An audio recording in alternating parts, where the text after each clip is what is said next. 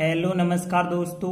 आज आप पढ़ेंगे एक महत्वपूर्ण फॉर्मल लेटर पढ़ेंगे जो कलेक्टर के लिए एक आप लेटर पढ़ चुके हैं। एक और बहुत ज्यादा महत्वपूर्ण है क्योंकि यह जो है 2010, 2011, 2014, 2018, 2020 मतलब 5 बार पूछा गया है, इसलिए बहुत ज्यादा आईएमपी हम इसे कहेंगे। तो देखिए यहाँ पे चाहे हम लेटर कहें या एप्लीकेशन कहें, क्योंकि जो फॉर्मल लेटर होते हैं उन्हीं को एप्लीकेशन कहा जाता है, तो आप समझ सकते हैं कि कलेक्टर के लिए हम एप्लीकेशन ही लिख रहे हैं, वो भी एक प्रकार का लेटर ही होती है। तो क्वेश्चन सबसे पहले हम समझते हैं। तो देखिए राइट अ लेटर, एक पत्र लिखना है टू द कलेक्टर, कलेक्टर के लिए पत्र लिखना है, वो भी ऑफ योर डिस्ट्रिक्ट, आपके जिले का जो कलेक्टर है उसके लिए पत्र लिखना है। अबाउट के बारे में, द लैक, लैक मतलब होती है कमी, ऑफ फैसिलिटीज सुविधाओं की कमी है, एंड माल फंक्शनिंग मतलब गड़बड़ी भी होगी कुछ, ऑफ द गवर्नमेंट हॉस्पिटल मतलब जो सरकारी अस्पताल है उसकी गड़बड़ी और उसमें सुविधाओं की कमी है, उसके बारे में अपने जिले के कलेक्टर को आप एक पत्र लिखने वाले हैं। और फिर आगे था ऑफ योर एरिया, आपकी एरिया का जो गवर्नमेंट हॉस्पिटल है उसमें कई प्रकार की गड़बड़ी चल रही है, सुविधाओं की कमी चल रही है, तो इन सब के बारे में शिकायत करते हुए हम कलेक्टर के लिए एक पत्र लिखेंगे। तो देखिए जब भी हम कोई लेटर लिखते हैं तो लेटर में जो है शुरुआत में आप यदि अपना पता दिया गया है तो अपना पता लिखेंगे और तारीख लिख लेते हैं।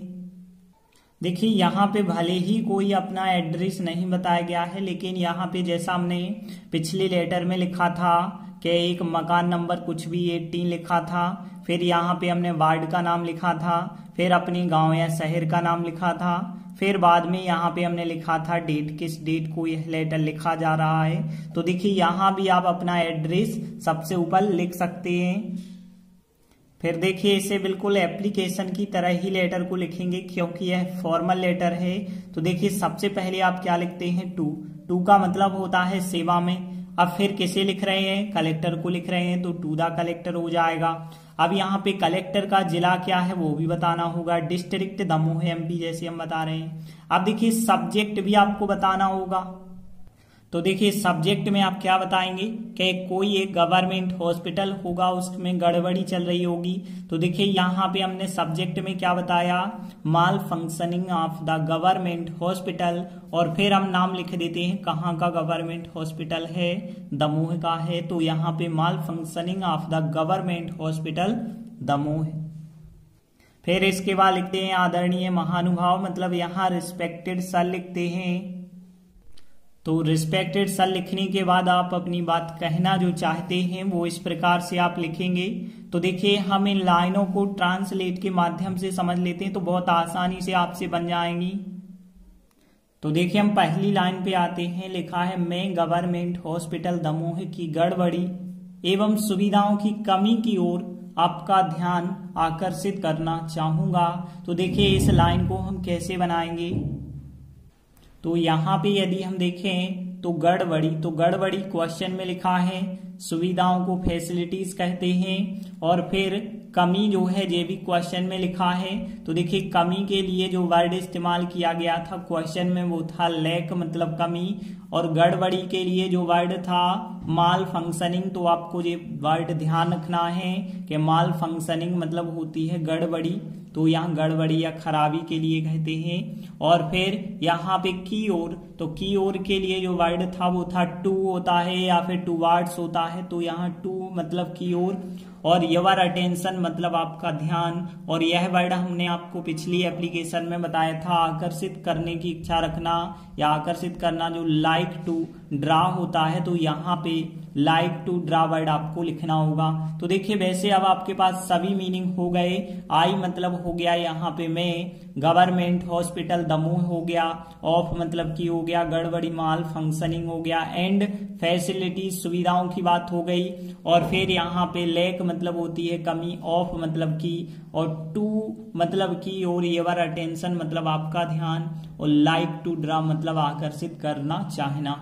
अब देखिए यहाँ पे हमने आपको बताया था वुड का प्रयोग करते थे ऐसे वाक्य में जब आप विनम्र निवेदन करते हैं किसी व्यक्ति से, तो वुड प्लस फर्स्ट फॉर्म आता है, तो यहाँ पे जो सहायक क्रिया होगी वुड लगाएंगे आप फिर। तो यहाँ पे देखिए वाक्य फिर क्या बना होगा, सबसे पहले आपको आई सब्जेक्ट, आई वुड, फिर like to draw your attention to the lack, lack मतलब कमी, to the lack of facilities and malfunctioning of, और फिर लिखना होगा गवर्नमेंट हॉस्पिटल दमोह, तो दा लगा देंगे, द गवर्नमेंट हॉस्पिटल दमोह। तो देखिए वाक्य आपका बन जाएगा I would like to draw your attention to the lack of facilities and malfunctioning of the government hospital Damoh. और अगली लाइन देखें, और आवश्यक कदम लेने के लिए आपसे प्रार्थना करूंगा, मतलब कलेक्टर से कहना चाहेंगे कि इस पे जो है अच्छी कार्यवाही की जाए, आवश्यक कदम लिए जाएं। तो देखिए नेसेसरी, तो आपको पता होगा नेसेसरी एक्शन मतलब आवश्यक कदम होता है, आवश्यक कार्यवाही होती है, तो नेसेसरी एक्शन हो जाएगा। और टेक मतलब लेना होता है, टू मतलब के लिए, तो टू टेक कह सकते हैं लेने के लिए, यू मतलब आपसे, और रिक्वेस्ट करना मतलब प्रार्थना करना। तो देखिए यहाँ तो यह प्रार्थना करता हूँ प्रेजेंट सिंपल है, और आई की बात कर रहे हैं कि मैं प्रार्थना करता हूँ, तो यहाँ फर्स्ट फॉर्म आएगा सीधा, एस वाला फॉर्म तो आ नहीं सकता। तो देखिए सब्जेक्ट हम भले ही नहीं लिख रहे लेकिन लिखेंगे एंड रिक्वेस्ट यू, और आपसे रिक्वेस्ट करता हूँ, और फिर टू मतलब के लिए, टू टेक लेने के लिए, टू टेक लेने के लिए, नेसेसरी एक्शन मतलब आवश्यक कदम, तो एंड रिक्वेस्ट यू, और आपसे रिक्वेस्ट करता हूं टू टेक लेने के लिए नेसेसरी एक्शन। अगली लाइन देखिए, ताकि लोगों को उचित मेडिकल सुविधाएं प्राप्त हो सके। देखिए प्राप्त होना जो होता है कौन सा वर्ड होता है, गेट मतलब प्राप्त होना, ये तो आपको पता है। ताकि होता है सो दैट, ये भी आप लोगों को पता होगा, सो दैट का मतलब होता है ताकि।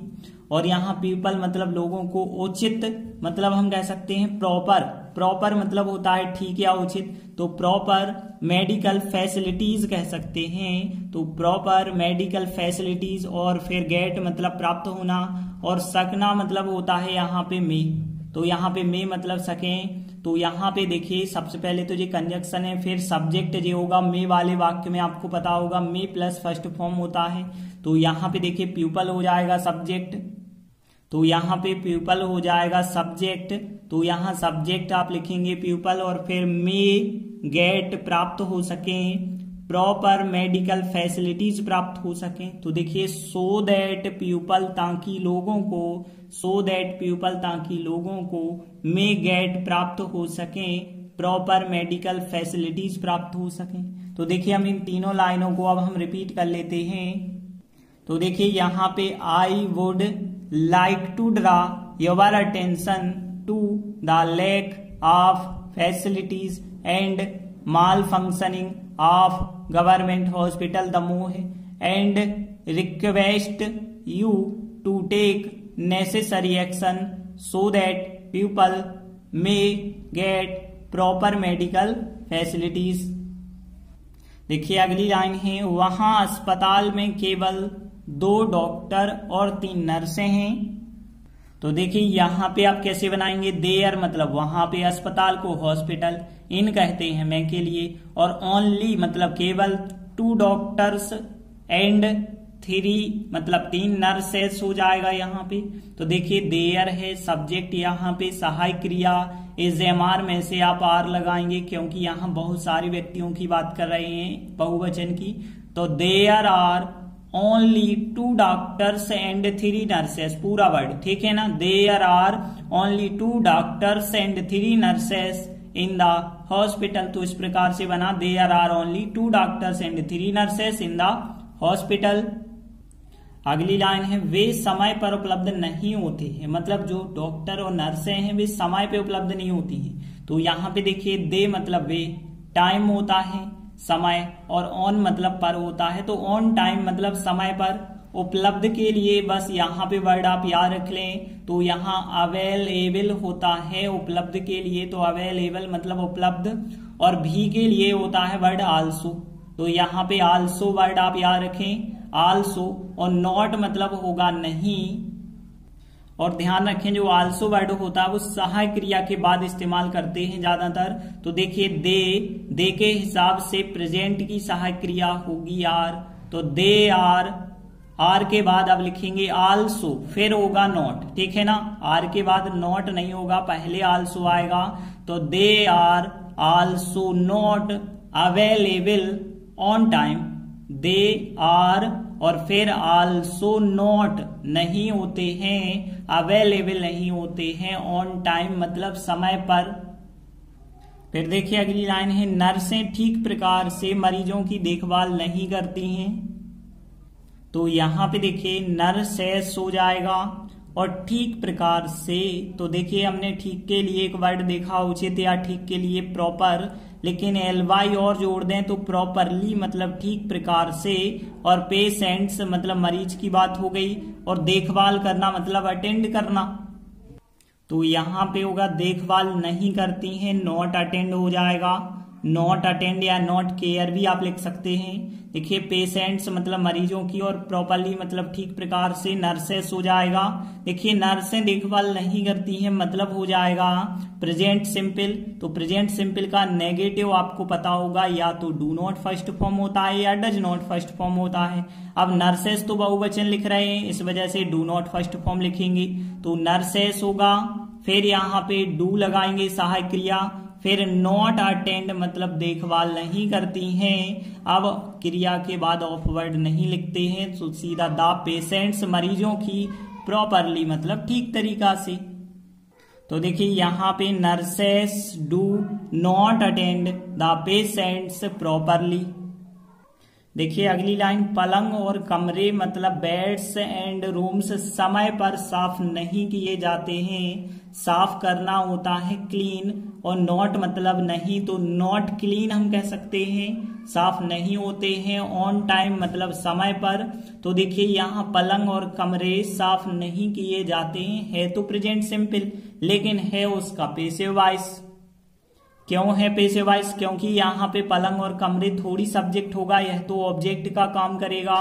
तो यहाँ पे हम कह सकते हैं बेड्स एंड रूम्स, और यहाँ पे देखिए जब आपका प्रेजेंट सिंपल का पैसिव वॉइस होता है तो इज एम आर के साथ, या तो इज आता है, एम आता है, आर इज एम आर के साथ थर्ड फॉर्म लगाते हैं आप। तो यहाँ पे हम बेड्स एंड रूम्स लिखेंगे, आर सहायक क्रिया होगी। फिर होगा यहाँ पे नॉट, नॉट के बाद ध्यान रखना थर्ड फॉर्म, तो नॉट क्लीन्ड हम कहेंगे, नॉट क्लीन्ड ऑन टाइम मतलब समय पर। तो यहाँ beds and rooms are not cleaned on time. तो इस प्रकार से लाइन हो जाएगी। तो देखिए अब हम इन चारों लाइनों का ट्रांसलेट कर लेते हैं दोबारा। तो there are only 2 doctors and 3 nurses in the hospital. They are also not available on time. Nurses do not attend the patients properly. Beds and rooms are not cleaned on time. देखिए अगला वाक्य, वहां x ray एवं sonography के लिए कोई सुविधा नहीं है। तो देखिए एक शब्द होता है नो, नो का मतलब होता है कोई नहीं, और फैसिलिटी मतलब सुविधा। तो हम कह सकते हैं कोई सुविधा नहीं है, तो नो फैसिलिटी कह सकते हैं, नो फैसिलिटी। अब देखिए यहाँ पे के लिए टू भी होता है, फॉर भी होता है, तो यहाँ पे हम फॉर शब्द का इस्तेमाल कर रहे हैं। सोनोग्राफी को सोनोग्राफी लिखेंगे, एंड एक्सरे को एक्सरे ही लिखेंगे, ठीक है ना। एक्सरे आपने देखा होगा, एक्सरे मतलब एक्स किरणें कहलाती हैं, जो एक्सरा हम लेते हैं उसकी बात हो रही है। और देयर मतलब वहां पर। तो देखिए देयर, देयर के हिसाब से सहायक क्रिया इज एम आर में से चेक करनी होगी, फिर ऑब्जेक्ट लिखना होगा। तो देयर के साथ यहाँ पे ध्यान देना, देयर इज लगाएंगे, क्योंकि यहाँ पे कोई नहीं मतलब सब्जेक्ट एक भी नहीं है फिर यहाँ पे।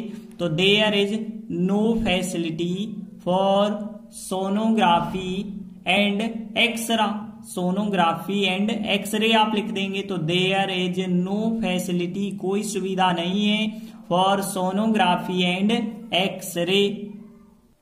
देखिए अगली लाइन है, आवश्यक दवाइयां भी उपलब्ध नहीं है। तो देखिए नेसेसरी मेडिसिन्स मतलब आवश्यक दवाइयां, नेसेसरी मेडिसिन्स उपलब्ध के लिए देखिए हमने बताया था, अवेलेबल मतलब होता है उपलब्ध। और फिर यहाँ भी के लिए हमने आल्सो बताया था, लेकिन आल्सो और यहाँ पे नॉट। तो यहाँ पे देखिए ये सहायक क्रिया के बाद हम आल्सो का प्रयोग करते हैं। तो नेसेसरी मेडिसिन्स आवश्यक दवाइयां, फिर आर होगी सहायक क्रिया, फिर होगा आल्सो, फिर बाद में आएगा नॉट, तो आल्सो नॉट अवेलेबल। तो देखिए यहाँ पे नेसेसरी मेडिसिन आवश्यक दवाइयां आर आल्सो नॉट अवेलेबल। देखिए अगली लाइन है, मैं बहुत बड़ा आभारी रहूंगा यदि आप जो है यह सब कर देते हैं, ऐसा आपको लिखना होगा। तो आई मतलब में होता है बहुत बड़ा, मतलब हम कह सकते हैं ग्रेटली कह सकते हैं। तो यहाँ पे आप याद रखेंगे ग्रेट मतलब होता है बड़ा, लेकिन ग्रेटली मतलब बहुत बड़ा हम कह सकते हैं। आभारी मतलब होता है ऑब्लाइज्ड, ठीक है ना। तो यहाँ पे ऑब्लाइज्ड जो होता है ग्रेटली ऑब्लाइज्ड मतलब बहुत बड़ा आभारी हो जाएगा। और रहूंगा या फिर होऊंगा जो होता है वो बी होगा, क्योंकि यहाँ निवास करना नहीं है, वरना आप लिव लिख दें। तो यहाँ पे होगा आई। अब देखिए मैं रहूंगा फ्यूचर सिंपल होगा, तो फ्यूचर सिंपल में सेल बिल के साथ फर्स्ट फॉर्म आपको लगाना पड़ता है। तो आई के हिसाब से आपको लगाना पड़ा होगा सेल, तो आई सेल बी ग्रेटली ऑब्लाइज्ड हो जाएगा।